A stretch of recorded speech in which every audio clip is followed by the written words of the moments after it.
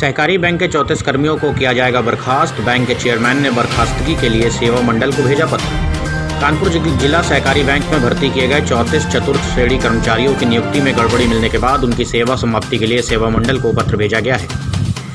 इनमें 5 निदेशकों के बेटे बेटी और भतीजे शामिल हैं। बैंक में अनुसूचित जाति में 2 सगी बहनों के अलावा उनकी सगी भाभी की नियुक्ति भी हुई थी। कुल 20 पद समान वर्ग के थे, लेकिन सिर्फ एक ही सामान्य अभ्यर्थी को मौका मिला, वो भी एक निदेशक का बेटा था।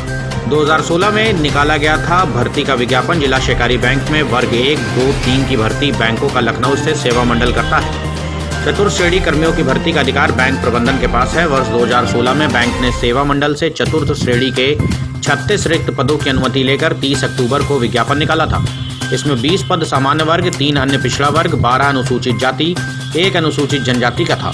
सामान्य वर्ग के 316, अन्य पिछड़ा वर्ग के 250, अनुसूचित जाति के लिए 244, अनुसूचित जनजाति के 6 आवेदन आए थे। जांच के बाद 742 को साक्षात्कार के लिए बुलाया गया। इनमें से 36 का चयन हुआ था और 34 की ज्वाइनिंग करवाया गया था। 2 वर्ष पहले बैंक में गलत तरीके से की गई भर्ती की शिकायत मुख्यमंत्री से हुई। इसकी जांच तत्कालीन सहायक आयुक्त एवं सहायक निबंधक ने की। उन्होंने जांच में शिकायतों को सही पाया। सेवा मंडल की ओर से कराई गई दोबारा जांच में भी वही गड़बड़ी मिली। सहायक आयुक्त एवं सहायक निबंधक की ओर से की गई जांच की रिपोर्ट अपर जिला सहकारी अधिकारी RK कटियार ने की। इन्होंने जिक्र किया कि 3 जनवरी 2017 को सफल 34 अभ्यर्थियों की सूची कानपुर भेजी गई और ठीक अगले दिन 23 अभ्यर्थियों ने ज्वाइन कर लिया, जबकि इन्हें पत्र द्वारा सूचना दी जानी थी। उन्होंने अपनी रिपोर्ट में 5 अभ्यर्थियों की निदेशकों से रिश्तेदारी भी बताई। ऐसा है कि समाजवादी पार्टी की सरकार जब थी तो 2016-17 में जिला सहकारी बैंक कानपुर में चतुर्थ श्रेणी की भर्तियां की गई थी, जिसमें भारी पैमाने पर अनियमितता की गई थी। उस समय की गई वो 34 भर्तियों की शिकायत पर जब यहाँ भारतीय जनता पार्टी की सरकार बनी तो उसने जांच कराई। DR कानपुर ने उसकी जांच की, जिसमें वो भर्ती अनियमित पाई गई। इसके बाद इसी प्रकरण में जो तत्कालीन हमारे वो सचिव मुख्य कार्यपालक अधिकारी थे मिस्टर मिश्री लाल यादव, उनको निलंबित किया गया। इसके बाद इसकी विस्तृत जांच के लिए DR लखनऊ को अपॉइंट किया गया। उन्होंने भी भर्ती को अनियमित पाया।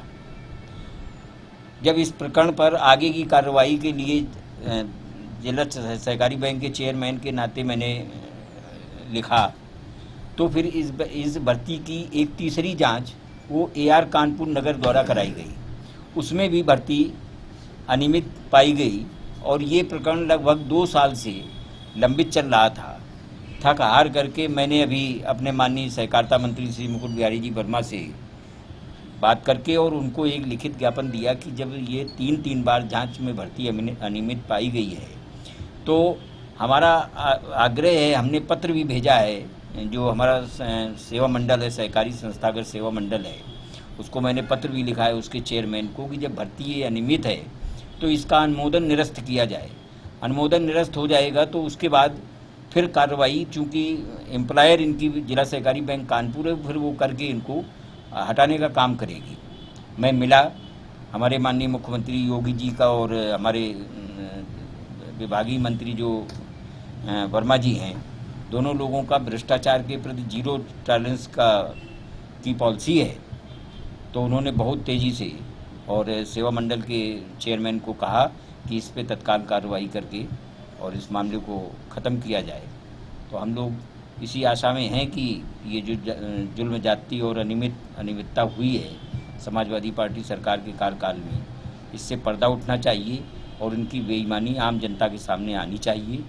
जो ऐसे लोग उसमें अभ्यर्थी थे जो सच में उस स्थान को पूरा करने के लिए काबिल थे और उनके साथ अन्याय हुआ है, तो इस अन्याय के खिलाफ ये हमारी जिला सहकारी बैंक की प्रबंध समिति की ये आवाज़ है, जिसमें हमारा सभी पूरा जितना बोर्ड है जिला सहकारी बैंक का, वो इस अन्याय के विरुद्ध एकजुट होकर के आवाज़ उठा रहा है। और आप सबका सहयोग मिला तो हम इस अभियान में सफल होंगे। लगभग कितने कर्मचारी हैं जिनके ऊपर जांच चल रही है? 34 कर्मचारी हैं। 34 ही भर्ती हुए थे और उसमें से